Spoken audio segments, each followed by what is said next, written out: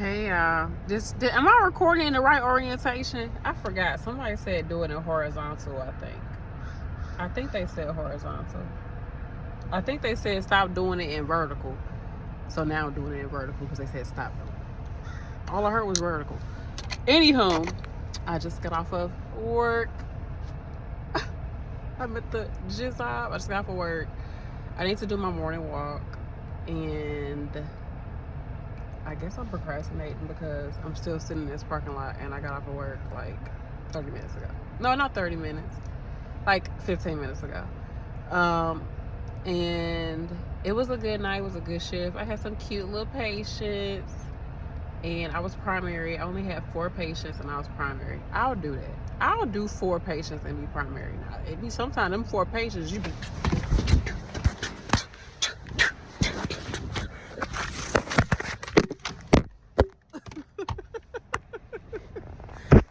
primary with 4 patients, sometimes they could, Chad, you be ready to knock it between that wash and dry. Sometimes. But all my little patients was so cute last night. They were all cute. Okay. Some of them was a little like already.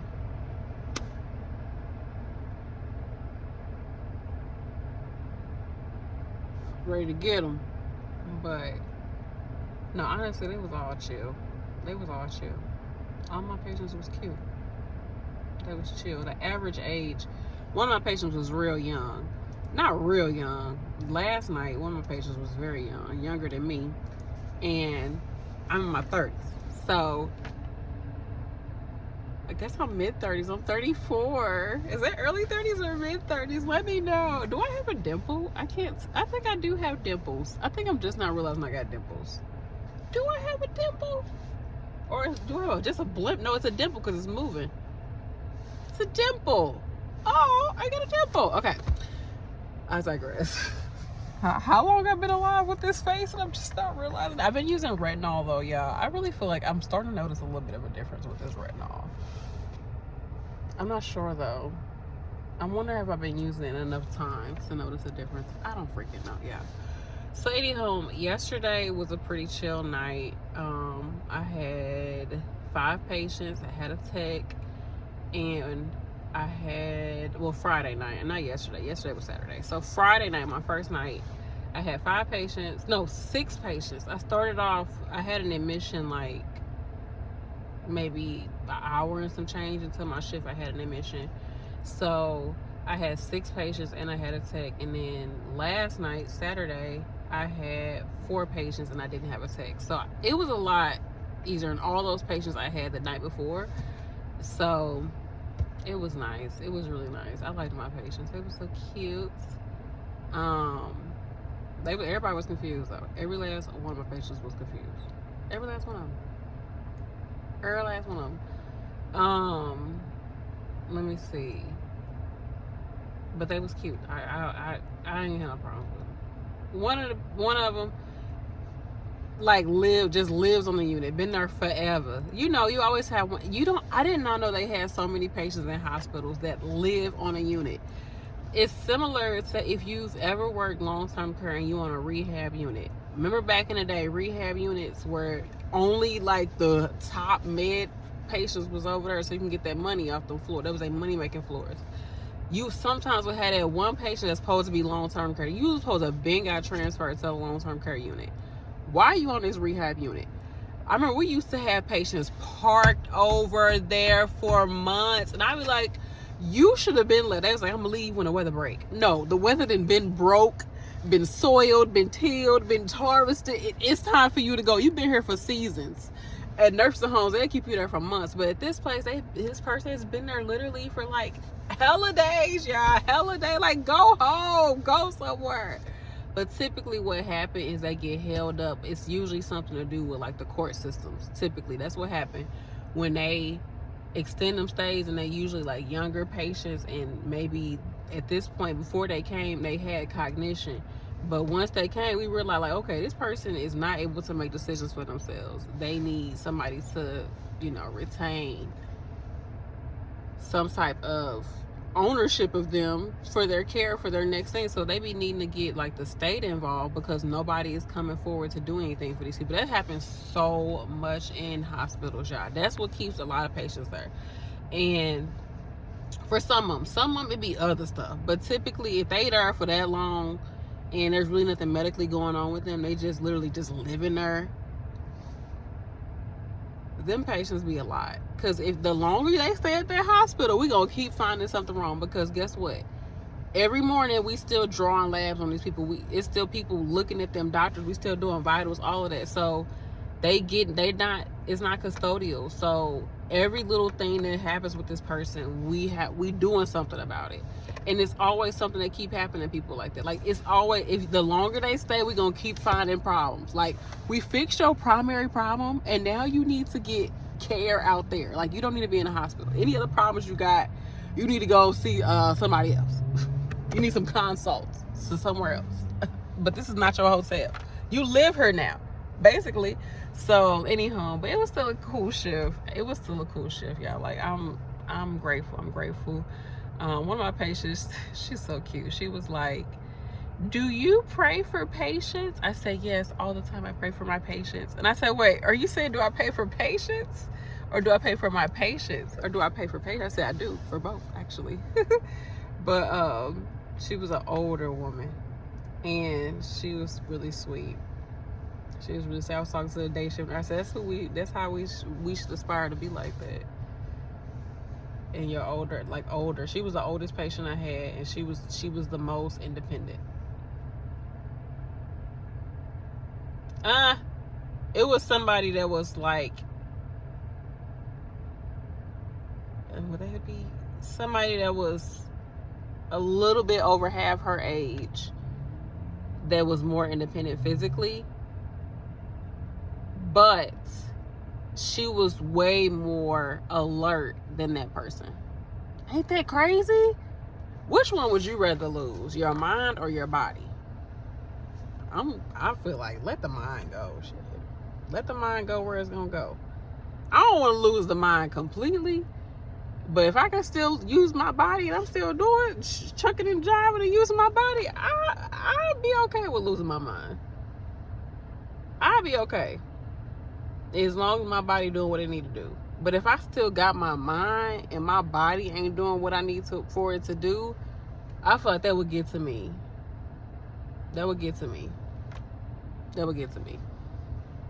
Which I think. Which one would you choose? I know that's like a morbid thing, but in healthcare, like, these are the things that come up. It was a good shift. I'm so grateful to be able to be somebody's nurse and be able to take care of people, and just thank God for giving me the strength and the ability and the knowledge, and just the privilege to be of service to others. I'm very grateful for that. Woo! Cancer crab. I'm very grateful for that. So y'all always remember that. Always thank God for the ability to take care of other people. Don't ever take that ability for granted. Don't ever take that ability for granted. And as a nurse or a person in healthcare, don't ever take your ability to have the strength to do it. It takes a lot of physical, mental, and emotional strength to be of service to others. To really, truly be of service to others. It takes a lot of strength to do that. Strength that you might not be able to will from yourself. You have to will it from God, from source energy. So be grateful for the strength to do it. Be grateful for the ability to do it. To actually, something happened, you get up, you can take care of this person. You can move your body. You have dexterity. All these, you're able to do it. You are physically able to take care of somebody else. On top of that, you're being of service to another human being. Like, it's a very humbling experience to be of service to somebody else, but I don't really see it as humbling. I feel like I'm of service to, like, I don't know, I don't see it as like anything that's degrading. Now, there's times where you do feel degraded. Like, some people treat you like you're just supposed to do this for them. Like, no, I'm choosing to do this for you. Okay? I'm choosing to be your nurse tonight. You have the privilege of having me as your nurse. I know for real, like, I'm choosing to do this. So I'm going to respect you because I chose to do this. And also, I expect you to respect me in return because I'm choosing to take care of you and you need me to take care of you. So, mutual respect. So, anyhow, but some people don't get that. Some people are degrading. Some patients are degrading. So, yeah, that's that. That just made me think about a patient. Yeah, I do not be cured. Supposedly, it was a patient on the unit. I didn't have this patient, but something had happened, like racially charged with a patient. I didn't have them. Didn't go on. Did I ever go? No, I never went in their room. I did reposition somebody for somebody. I don't know what room that was, though. I don't think it was their room. I did turn on somebody IV. No, that was a man, so no.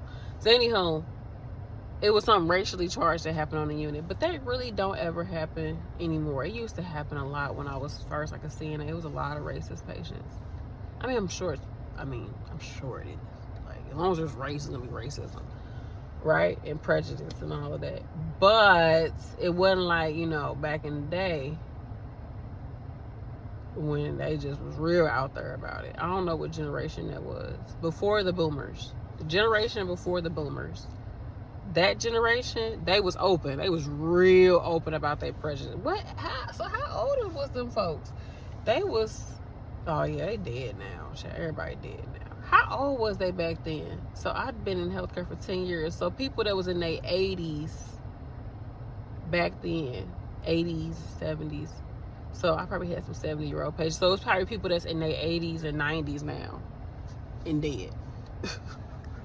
It just flat out dead because they old. Someone that was 90-something dead. They ain't still around. They gone. Some of the people I was taking. So yeah. So what generation is that? What generation is 80 and 90-year-olds? That generation. Them? Child, they would still call us colored folks. So that generation was real. And then some of their kids too was just like, but honestly, I love that generation. That's my favorite generation, whatever it is, because they very much so still had autonomy. These people was in their 80s, still getting up, doing what they gotta do. Like, they don't care. They moving their body. Like, and you tell them your doctor say you need to do this, they listen to you. They listen to you. So that's my favorite population I like, even though a lot of them are racist. I mean, it's just how they was raised, though. Like, a lot of them was around, but a lot of them was just still so super sweet. Like, oh my gosh, I had a lot of sweet patients. And as we come to the end of the road, y'all see how long I've been out here? The dang on sun has come out. Let me get my out here and go for this walk. So I hope y'all can still hear me. Y'all, I'm tired. I don't want to do this walk. I don't want to go for a walk. I wonder, did my baby wipes freeze? I don't think it was that cold last night, though. Hold on, y'all. And I freaking packed this. This makes me look like I'm roly-poly. I'm not this chunky, y'all. I swear I'm not. This makes me look like it, though. Why, though? I guess it's the way it's made. I mean, I got some chunk, but I'm not that chunky, am I? Is the camera just, that's not, see, that's what I'm saying. Like, I don't know. Is it the jacket, though? No, I still look chunky. Oh my gosh, the sun, y'all. So, what was I gonna say? Oh. So I'm supposed to be doing, I'm doing 75 hard. I think today is like, what is today? Today I think is like day 60. And I need to do my morning workout. So I'm going for this walk. I'm so glad that I packed this. I thought about it right before I left out the house. I said, you know what? You want to do that walk in the morning. You don't want any excuses, so you better grab your vest. I'm turning off the car, so I'm only going to get out of here if I start feeling cold. I'm like, oh no, I gotta go. The only way I'm going to get myself out of here is if I get cold again. Oh my gosh. What I'm going to start doing is like taking baby wipes into work, just washing my face, like, you know, throughout your shift and like towards the end of your shift, before you get reporting stuff, like clean your face off and all of that. Not that you have to do it, but you know, you kind of give a report in people's face, talking to people. And kind of get yourself a little refreshed. Yeah, I heard the church bells. I don't know why I got my face wet, and now I'm about to go out here in the cold. Okay, so I guess I'll zip this up so my neck can be protected. Meow. Yes.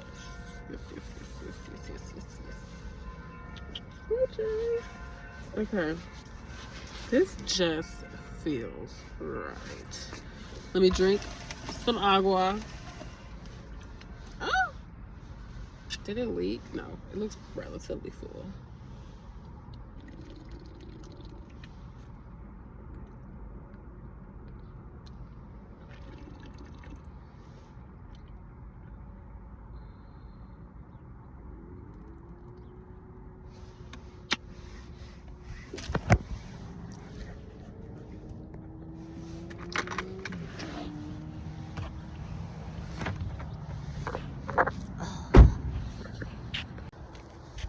Oh my gosh.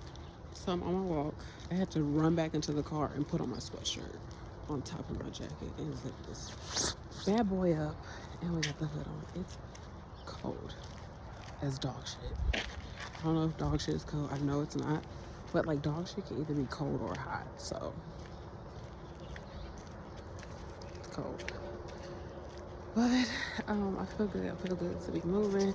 I told myself I didn't want to talk because it's cold and I don't want no cold air going down my throat. But I just want to come out and show y'all that I'm going for my walk and I'm wearing these damn scrub bottoms. So we continue these daily walks after work, which I've been doing. I need to carry like some little long johns with me.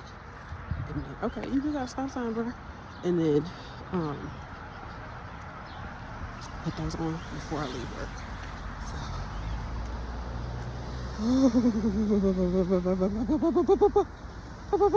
I need sun. I need to start walking back that way. Yeah, let me find a little street I can cut down because the shade is not working for me. But yeah, I had a good shift. Like I said, show gratitude. Show gratitude for what you have and what God is giving you. Okay? Especially if you are a person that is able to give service to others. Do not take it for granted. You need to be grateful for it. Especially because we get paid to do something like that. We get paid to take care of somebody. Can you imagine it? You're getting paid to take care of another human being. Like, to me, that's an honor to be able to do that. I feel very grateful for it. So, I think a lot of us should. Don't take it for granted. Alright, I'm gonna go. This little house cute. Oh my God, I gotta go. I can't talk to you because it's just too cold. I need to just insulate and listen to something. Look at this little house. That's like house. Look, they got the little witch on a bicycle.